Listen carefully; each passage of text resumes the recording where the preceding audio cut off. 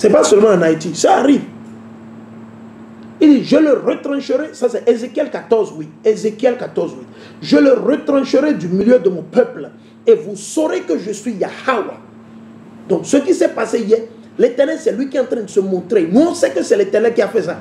Nos frères hébreux israélites, qui mettent en pratique les lois et les commandements, les camps que vous voyez, IUIC, c'est HOI, c'est GMS, tous les camps que vous... Nous on sait, selon l'esprit, selon les prophéties, que c'est l'Éternel qui a voulu que ça se passe ainsi.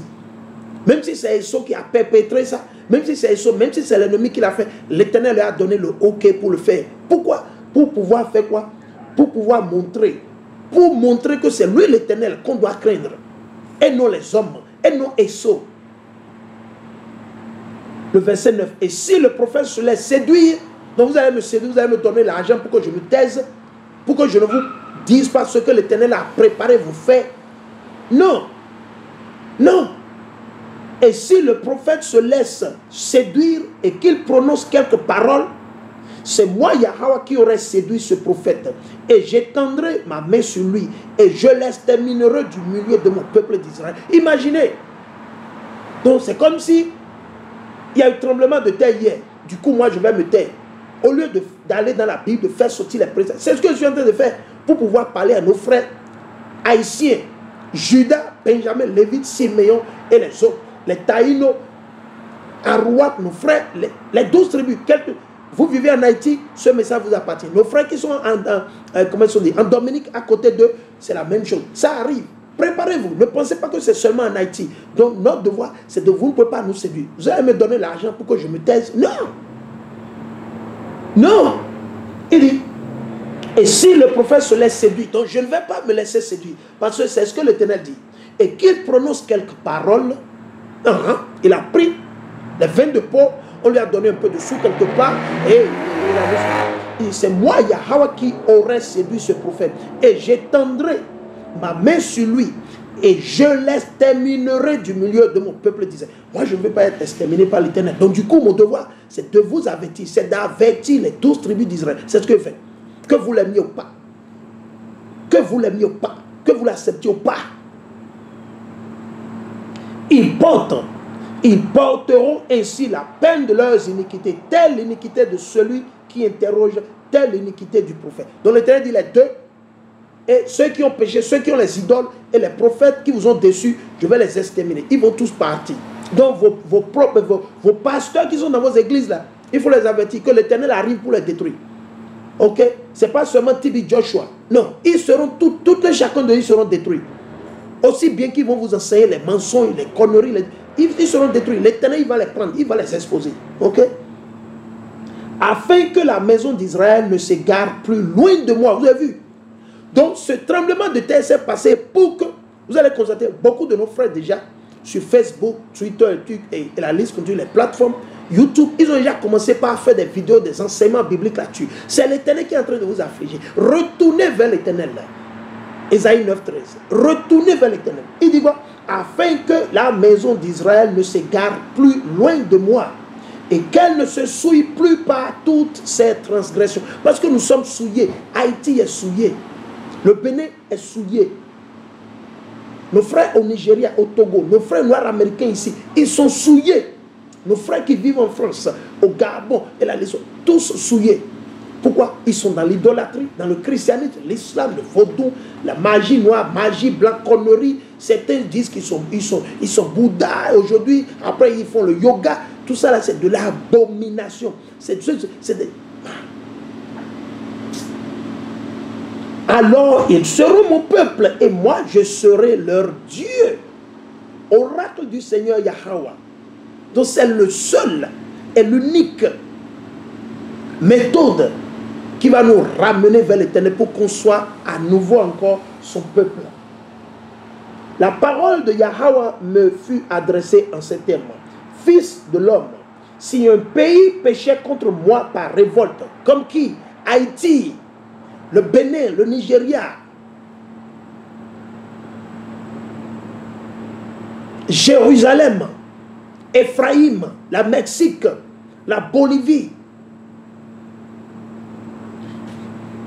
Il dit, fils de l'homme, si un pays péchait contre moi par révolte, et si j'étendais ma main sur lui, sur ce pays, comme l'Haïti, en brisant pour lui le bâton du pain, dont l'Éternel amène, par exemple, quoi? La famine.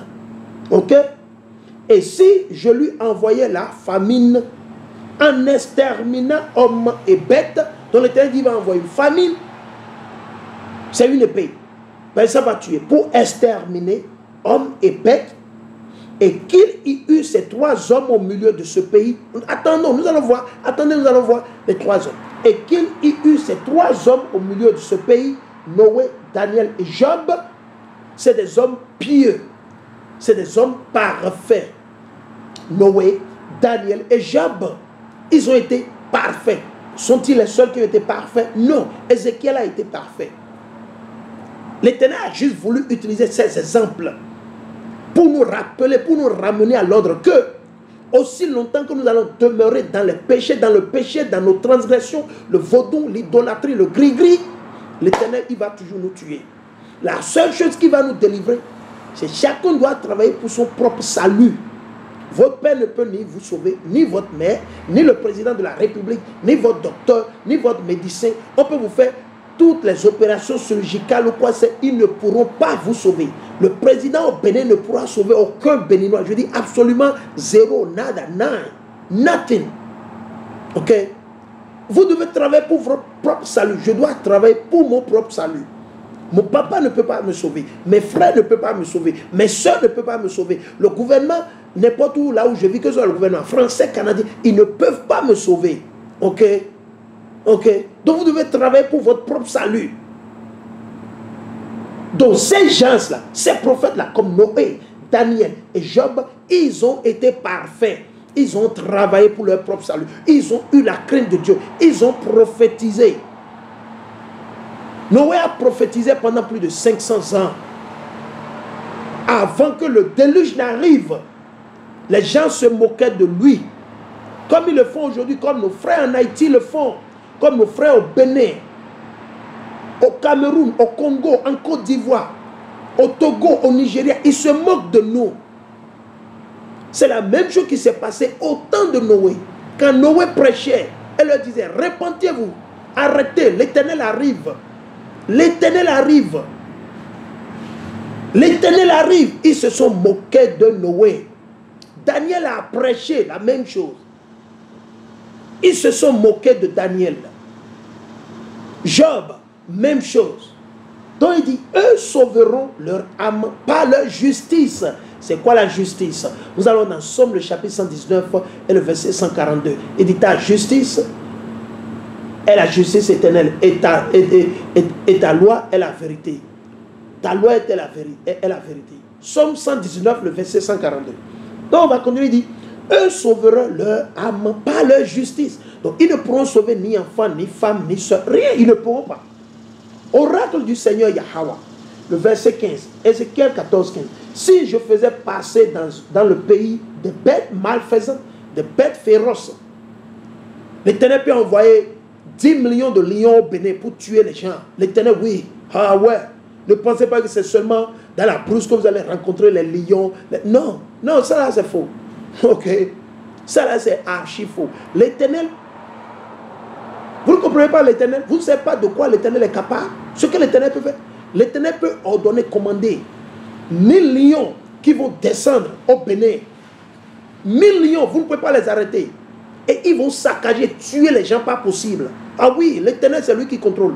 L'Éternel peut envoyer une légion d'abeilles, des milliards d'abeilles qui vont rentrer dans vos maisons partout, tuer les gens en sauvage, en pagaille. Vous n'avez rien compris. Il dit, si je faisais passer dans le pays des bêtes malfaisantes, c'est-à-dire c'est des bêtes féroces, et qu'il fut dépeuplé, l'Éternel dit qu'il va dépeupler le pays avec quoi? Les bêtes malfaisantes, les bêtes féroces. Ça peut être les phacochères, ça peut être les lions, ça peut être les panthères, girafes, éléphants. L'éléphant peut venir déraciner toute la maison, jeter ça à plus de 1000 km et tout le monde est mort dans la maison. bébé, enfant, papa, mère, grand-mère, grand-père, tout le monde est mort. L'Éternel il est capable de tout cela. Ok, et qu'il fut dépeuplé, et qu'il devait un désert où personne ne passerait à cause des bêtes, parce que les bêtes vont exterminer tout le monde, selon la volonté de Dieu. Et qu'il y eut ces 3 hommes au milieu de ce pays, je suis vivant, oracle du Seigneur Yahweh. Il ne sauverait ni fils, ni fille. Eux seuls seraient sauvés, mais le pays serait dévasté. Est-ce que vous comprenez? L'Éternel dit, s'il y eut ces 3 hommes, Noé, Daniel et Job, ils se sauveront, ils vont sauver seulement eux-mêmes. Pourquoi? À cause de leur justice. Mais l'Éternel vous rassure qu'ils ne seront ni en mesure de sauver ni fille, ni fils et personne, ni père ni mère. Ok? Ou le verset 17, Ézéchiel 14, 17. Aussi je faisais venir l'épée sur ce pays. L'épée, un exemple d'épée, c'est tremblement de terre, c'est la tornade, les tsunamis, l'inondation, les maladies, c'est les épées. N'importe quoi vous tue, c'est une épée. La famine, c'est une épée de l'Éternel. Les accidents, c'est une épée de l'Éternel. Ok? Quand vous vous faites attaquer, ou bien un policier vous tue, ou bien quelqu'un vous arrête, on vous envoie en prison, on vous donne du poison. Tout ça, ce sont des épées. Ce sont des épées de l'Éternel. Ok? Oui, si je faisais venir l'épée sur ce pays, et que je dise que l'épée passe sur le pays, en exterminant hommes et bêtes. Donc, l'Éternel peut avoir un tremblement de terre. Comment l'Éternel va détruire les États-Unis? Comment les États-Unis d'Amérique seront totalement détruits, inclus Canada et les... Comment ça sera détruit? Par une épée. Quelle épée? Le feu. L'Éternel va brûler les États-Unis et toutes les nations là, ils vont voir. Toutes les nations verront. Le jour où l'Éternel va brûler, il va brûler les États-Unis totalement et ce serait un désert. Désert. Désert totalement. Ça arrive. Il va le faire comment? Avec une épée. Quelle épée? Le feu. Raison pour laquelle eux-mêmes, l'Éternel a permis à Satan de leur donner la technologie. Ils ont créé quoi? Ce qu'ils appellent quoi? La bombe atomique. Ils appellent ça le ICBM. Ok? C'est missile balistique intercontinental. C'est-à-dire qu'ils peuvent lancer ça depuis les États-Unis pour l'Afrique et exterminer tout le monde en Afrique. Ils peuvent lancer ça depuis les États-Unis pour l'Asie et tout. Donc c'est ça même l'Éternel va utiliser pour les tuer. L'Éternel va encore utiliser les pays comme quoi? La France, la Russie, l'Allemagne. Oui, ça arrive. Attendez, ça va arriver. Ça arrive. Ne soyez pas pressés. Même si nous on part, même si nous on meurt, nous sommes partis, ça arrivera. Écrivez ça, marquez ça quelque part, ça arrive. La destruction, l'épée que l'Éternel va utiliser pour détruire les États-Unis totalement, c'est le feu. Le feu. Ok. On va continuer. Il dit,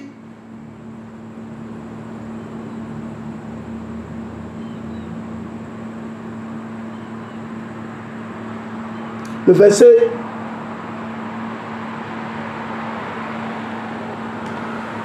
voilà, le verset 17.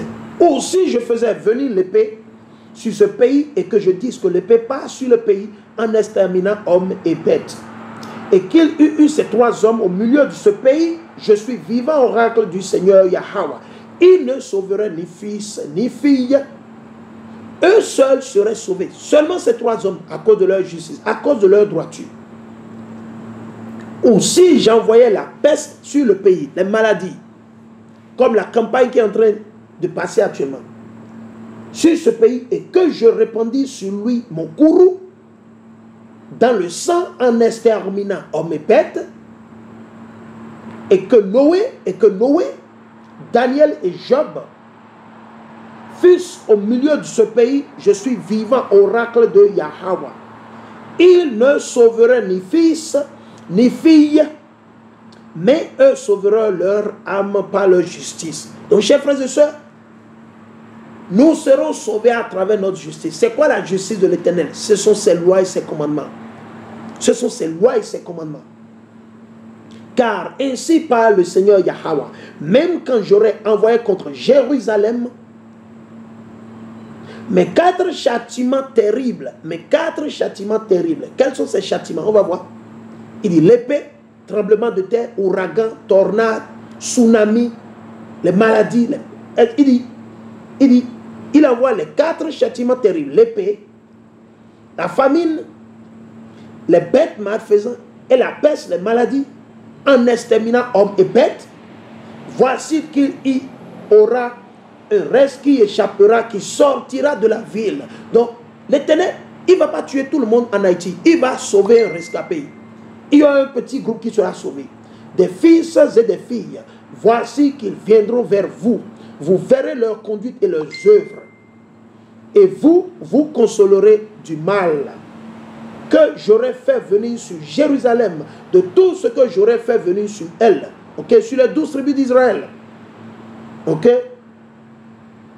Ils vous consoleront quand vous verrez leur conduite et leurs œuvres. Et vous saurez que ce n'est pas sans cause que j'aurais fait tout ce que je lui aurais fait. Oracle du Seigneur Yahweh. Donc, chers frères et sœurs, ne jouez pas avec l'Éternel. Répentez-vous, mettez en pratique les lois et les commandements de l'Éternel. Répentez-vous et mettez en pratique les lois et les commandements de l'Éternel. Maintenant, certains d'entre vous, vous pensez que ce sont nos frères haïtiens qui sont les 7 pécheurs. Allons dans Luc, on va repartir là-bas. Luc, le chapitre 13, on va repartir là-bas. Il dit, Luc 13, 1. En ce même temps, quelques-uns vinrent raconter à Yahushua ce qui était arrivé aux Galiléens, dont Pilate avait mêlé le sang avec celui de leur sacrifice. Donc, Esso, il a toujours fait les sacrifices. Il a adoré les idoles, les démons, le diable, Satan. Il leur répondit, pensez-vous que ces Galiléens, donc pensez-vous que les Haïtiens fussent de plus grands pécheurs que tous les autres Haïtiens, ou bien plus que nos frères qui sont en France, nos frères qui sont au Bénin, au Togo, au Nigeria, dans l'île Maurice, qui sont dans la Guadeloupe, au Cap-Vert, au Gabon, en Guinée, au Togo, Sénégal, Afrique du Sud. Vous pensez? Non. Il dit pour avoir souffert de la sorte, donc c'est 724 frères et soeurs qui ont été mis à mort, qui ont perdu leur vie, qui sont morts ou mortes. C'est parce qu'ils ont tellement péché plus que nous. C'est parce qu'ils sont les meilleurs pécheurs. Non. Certes, non. Non, je vous le dis. Mais si vous ne vous repentez, vous périrez tous comme eux. Donc, qu'est-ce qui va nous faire périr? Qu'est-ce qui fera périr les 2/3 de la nation d'Israël?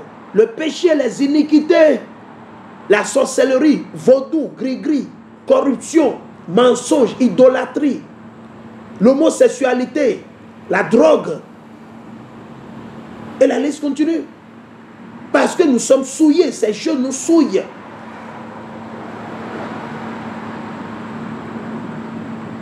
Le verset 4, Luc 13, 4, ou bien, c'est 18 qui? C'est 18 sur qui tomba la tour de Siloé et qu'elle tua. Pensez-vous que leur dette fut plus grande que celle de tous les autres habitants de Jérusalem? Donc parmi toute la nation d'Israël, parmi tout le peuple d'Israël, la diaspora éparpillée, que entre ceux qui vivent sur le continent américain, tout le continent américain, ceux qui vivent sur le continent africain, ceux qui vivent sur le continent asiatique, ceux qui vivent, comment on dit, dans l'océan ou n'importe où. Est-ce que les Haïtiens sont les seuls pécheurs, c'est eux les seuls pécheurs numéro 1 dans toutes les tribus d'Israël? Non. Non. Le verset 5, il dit non, je vous le dis.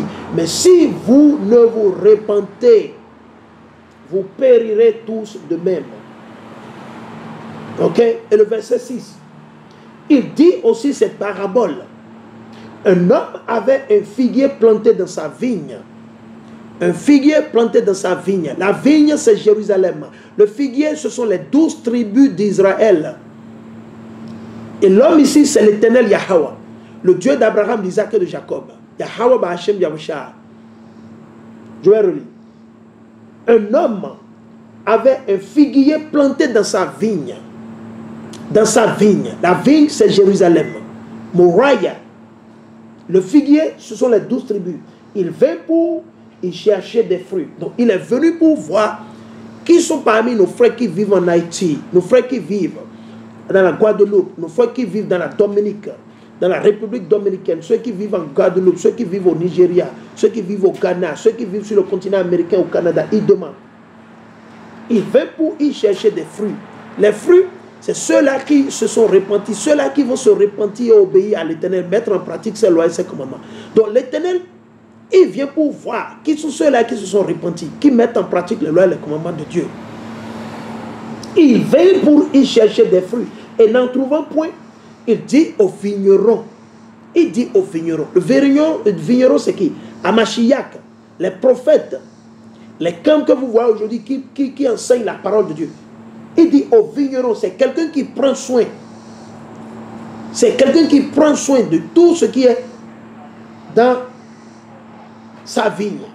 Il dit aux vignerons, voilà 3 ans que je viens chercher du fruit à ce figuier. Donc l'Éternel est en train de rechercher de nos frères et sœurs qui vont se repentir, sortir du péché, arrêter de manger le porc, les crabes, les crevettes, les conneries là, l'escargot, arrêter de manger la viande du serpent, la viande du chien, de l'abomination. L'Éternel est en train de chercher les femmes qui vont arrêter de porter le pantalon. Très simple. Donc il vient chercher, il dit au vigneron, voilà 3 ans que je viens chercher du fruit à ce figuier et je n'en trouve point. Coupe-le donc. Pourquoi rend-il la terre improductive? Donc l'Éternel, il observe.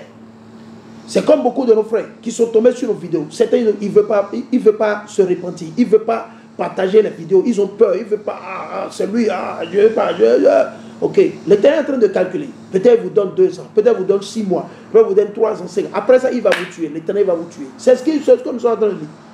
Donc, il dit, l'Éternel dit, je n'en trouve point. Coupe-le donc. Pourquoi rend-il la terre improductive? Donc l'Éternel dit, je vous ai envoyé sur la terre et vous ne produisez rien. Vous n'avez pas de fruits. Vous avez reçu la parole. Vous êtes tombé sur des frères, des groupes bibliques de nos frères hébreux israélites qui enseignent dans les rues, au Ghana, au Bénin, au Togo, et vous ne voulez pas vous repentir. Vous avez entendu parler et vous ne voulez pas vous repentir. Donc l'Éternel ordonne à ses anges de vous tuer. Il ordonne à ses anges, il ordonne à Satan de vous tuer. Il dit parce que nous sommes quoi? Improductifs. Le christianisme n'a rien à voir avec l'Éternel, n'a rien à voir avec la Bible. Le christianisme, c'est pour le diable et ses enfants. On va continuer. Le vigneron lui répondit. Donc Amashiach a plaidé. Le vigneron ici, c'est Amashiach. Les prophètes, les camps, les frères et sœurs qui prient pour vous jour et nuit, qui prient pour que l'Éternel ne tombe pas sur vous dans sa fureur. Les frères et sœurs qui prient pour vous ardemment, jour et nuit, pour que l'Éternel ne tombe pas sur vous.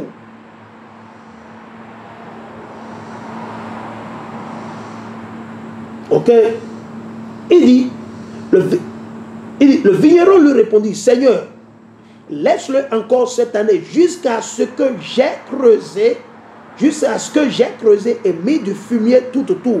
Donc il va mettre de l'engrais naturel, du fumier, des excréments des oiseaux, des poules, des poulets, des canards, des moutons, du bœuf, comment on dit, des ânes, des chevaux, et la liste continue. Les arbres sèches, les feuilles sèches, ils ont décédé. Il dit, je vais creuser, je vais mettre.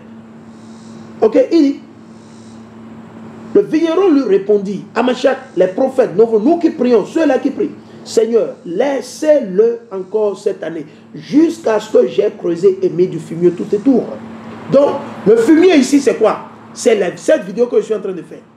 Le fumier ici, pour nos frères qui sont en Haïti, nos frères qui sont sur le continent américain, au Canada, au Brésil, en France, au Bénin, au Togo, et la liste continue. Le fumier, c'est cette vidéo que je fais. Ce sont les lois, la parole de l'Éternel que je suis en train de vous lire. C'est ça le fumier.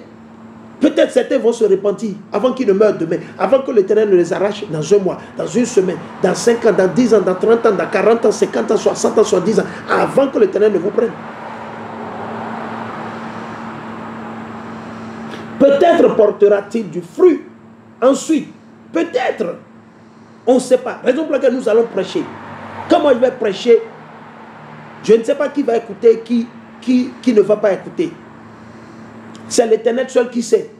Non, notre devoir, c'est d'aller là-bas et de prêcher, de parler. Ce que je fais maintenant, combien de personnes vont regarder la vidéo, partager? Seulement Dieu, c'est seulement l'Éternel qui sait. Peut-être certains vont se réveiller à travers cette vidéo. Peut-être un frère, une soeur, peut-être. Qui sait? C'est seul l'Éternel qui sait. Mais nous mettons, comment on dit, l'œuvre de l'Éternel à la disposition de nos frères et sœurs, à la disposition de notre nation. Donc on va le relire, il dit, peut-être portera-t-il du fruit ensuite, sinon, vous le couperez. Après, il sera détruit. S'il ne porte pas de fruit, cette année, il sera détruit. Donc s'ils ne se répandent pas, ils ne se mettent pas au point, ils seront détruits. Vous avez vu? Vous avez vu? Donc voilà. Allons. On partit dans quelques préceptes. Ézéchiel 18 et le verset 20. Ézéchiel 18, 20. Allons dans Ézéchiel 18, 20. Ézéchiel 18, 20. Ézéchiel le chapitre 18 et le verset 20. L'âme qui pêche, c'est celle qui mourra. Donc si vous péchez contre l'Éternel, l'Éternel dit, vous allez mourir. Maintenant, nous avons reçu la miséricorde, la passion de l'Éternel à travers la mort, le sang versé de son Fils unique, Yahweh Shai Mashiach, pour que nous nous retournions. Il nous a donné cette grâce pour que nous nous retournions le plus vite possible, avant que les tremblements de terre ne viennent, avant que les feux de brousse, les feux qui vont dévorer, les animaux sauvages qui vont envoyer, avant qu'ils n'envoient la peste, les maladies, les trucs pour tuer les gens. L'âme qui pêche, c'est elle qui mourra. Le Fils ne portera pas l'iniquité du Père, et le Père ne portera pas l'iniquité du Fils. La justice du juste sera sur lui, et la méchanceté du méchant sera sur lui.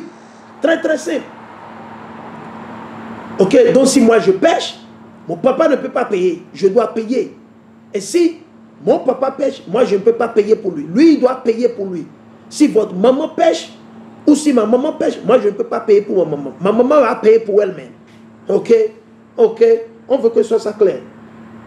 Quant aux méchants, quant à nos frères qui sont au Bénin, au Togo, en Afrique de l'Ouest, nos frères qui sont à Chicago, nos frères qui sont à Washington DC, à New York, nos frères qui sont éparpillés à la diaspora. Quant aux méchants, s'ils se détournent de tous ces péchés qu'ils commis, donc on doit se détourner. Vaudou, gris-gris, sorcellerie, mensonge, roublage, détournement. Non.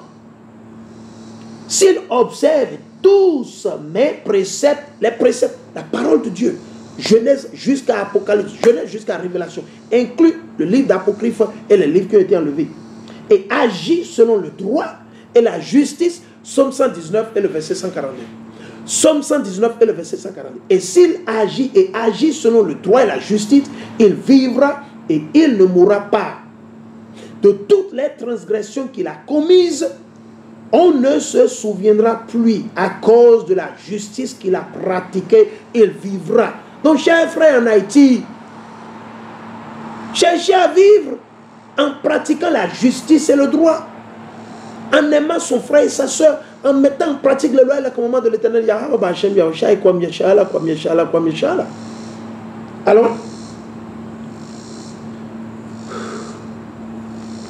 Alors, Proverbe le chapitre 8. Proverbe le chapitre 8 et le verset 36. Proverbe 8, 36. Proverbe le chapitre 8 et le verset 36. Proverbe 8, 36. Et nous allons le lire. Mais celui qui m'offense blesse son âme. Donc si vous offensez l'Éternel, vous bricolez le sabbat de l'Éternel, vous mangez le porc, les escargots, les conneries, les abominations que l'Éternel interdit, vous adorez les idoles, vous êtes encore chrétien, vous êtes musulman, vous faites le vaudou, le gris-gris. L'Éternel dit quoi? Il va vous tuer. Il dit, mais celui qui m'offense blesse son âme. Tous ceux qui me haïssent aiment la mort. Donc si vous aimez, si vous haïssez l'Éternel, vous aimez la mort. Si vous êtes encore chrétien, vous êtes encore musulman, vous êtes encore dans les vaudou, gris-gris, sorcellerie, il est temps que vous sortiez avant que l'Éternel ne vous donne la mort. Parce que l'Éternel dit, tous ceux, hommes ou femmes, qui me haïssent, comment on peut haïr, comment quelqu'un haït l'Éternel? C'est quand vous êtes chrétien, vous êtes catholique, vous êtes protestant, vous êtes méthodiste, vous êtes musulman, vous êtes vaudou, vous faites des gris-gris, vous célébrez la fête de vos mains. Ça dit que vous haïssez l'Éternel. L'Éternel dit que vous aimez la mort. Vous aimez la mort. Vous aimez la mort. Allons dans Romains 6, 23. Romains 6, 23. Quelques préceptes en plus et nous allons fermer. Romains 6, 23. Allons dans Romains le chapitre 6 et le verset 23. Romains 6, 23. Romains le chapitre 6 et le verset 23. Il dit, car le salaire du péché, c'est la mort. Le salaire du péché, vous péchez continuellement contre l'Éternel. En mentant, oh, Dieu, il a dit, oh, Dieu ne va pas me juger, regarde mon corps, mon corps. Non. Il dit, car le salaire du péché, c'est la mort. Donc vous péchez contre l'Éternel éventuellement, et sûrement, certes, vous devez espérer la mort. Vous êtes une femme, vous portez le pantalon, vous devez vous apprêter pour la mort à n'importe quel moment. Ok? Il dit, car le salaire du péché, c'est la mort. Mais le don de Dieu, c'est la vie éternelle en Yahweh Shai HaMashiach, notre Seigneur. Comment? Si vous nettoyez, parce que vous êtes souillés. Nous sommes souillés en tant que nation. C'est seulement nos frères qui ont reçu le tremblement de terre hier de 7,2 de magnitude en Haïti. Non, pas seulement nos frères qui sont en Haïti. On s'adresse à tous les 12 tribus d'Israël. Ceux-là qu'on appelle communément les Noirs ou les Latinos, les Indiens natifs, et la liste continue. Alors, Exode le chapitre 20 et le verset 5. Exode 25. Exode le chapitre 20 et le verset 5. Exode le chapitre 20 et le verset 5. Il dit, le verset 4 actuellement. Il dit, on va lire à partir du verset 1. Et Yahweh prononça toutes ces paroles. Quelles sont ces paroles que l'Éternel a prononcées? En disant, je suis Yahweh ton Dieu qui t'a fait sortir du pays d'Égypte. Qui nous a fait sortir du pays d'Égypte? Qui a fait sortir nos aïeux? À nos frères haïtiens, qui a fait sortir nos aïeux de l'esclavage du pays d'Égypte, le pays des enfants de Misraïm? Qui l'a fait? C'est l'Éternel. Ce n'est ni le christianisme, ni l'islam. Ce n'est ni Mohamed, et ce n'est ni César Borgia. Ce n'est ni le Vatican, ce n'est ni Esso. Non, qui nous a délivrés de cette captivité, de l'esclavage? L'Éternel Yahweh. Ce ne sont pas les sorciers, ce ne sont pas vos vaudous, vos gris-gris. Ce n'est pas la franc-maçonnerie. Ce n'est pas l'égyptologie qui nous a délivrés. Non. L'Éternel Yahweh. De la maison de servitude. Tu n'auras pas d'autre Dieu devant ma face. Et du coup, on s'est fabriqué des montagnes de dieux. Montagnes d'idoles partout. Islam, christianisme, vaudou, sorcellerie, gris-gris. Tellement de conneries. Qui? Ceux-là qu'on appelle communément aujourd'hui les Noirs ou les Nègres, les Latinos, les Indiens natifs. Rien que de l'abomination que nous faisons. Rien que de l'idolâtrie. 24 heures sur 24. Mensonge. Rien que des idolâtres. Oh, Vierge Marie. Oh, la croix. Oh, Jésus est mort. Non. Tu n'auras pas d'autre Dieu devant ma face. Tu ne te feras pas d'image. Et du coup, ils ont commencé par former les idoles. Les boutures devant les maisons, devant les puits passés. Ils vont verser de l'huile rouge. Ils vont verser l'huile d'arachide. Ils vont tuer un poulet, verser le sang là-dessus. Ils vont tuer du porc. Des conneries. J'ai vu ces conneries en Afrique de l'Ouest. C'est de l'abomination. L'Éternel, il arrive pour vous. L'Éternel, il arrive. Yahweh arrive pour vous. Ça arrive. Préparez-vous, apprêtez-vous. Tremblement de terre, ça arrive. Tremblement de terre, ça arrive. Les bêtes féroces viendront. Les serpents, les scorpions, ils viendront. L'Éternel arrive pour vous. L'Éternel arrive pour vous. Il dit, tu ne te feras pas d'image taillée, ni aucune figure de ce qui est en haut dans le ciel. Alors pourquoi vous avez la Vierge Marie? Pourquoi vous avez les fausses images de Jésus-Christ? Les fausses images de Jésus-Christ, de vos blancs qu'on vous a donnés là. Des conneries comme ça, de l'abomination. C'est bien écrit dans la Bible. Mais le diable et ses enfants, ils trouvent toujours des arguments. Le démon et ses enfants, Satan et ses enfants, ils trouvent toujours des arguments pour pouvoir justifier leur péché. Toujours. Le peuple rebelle, une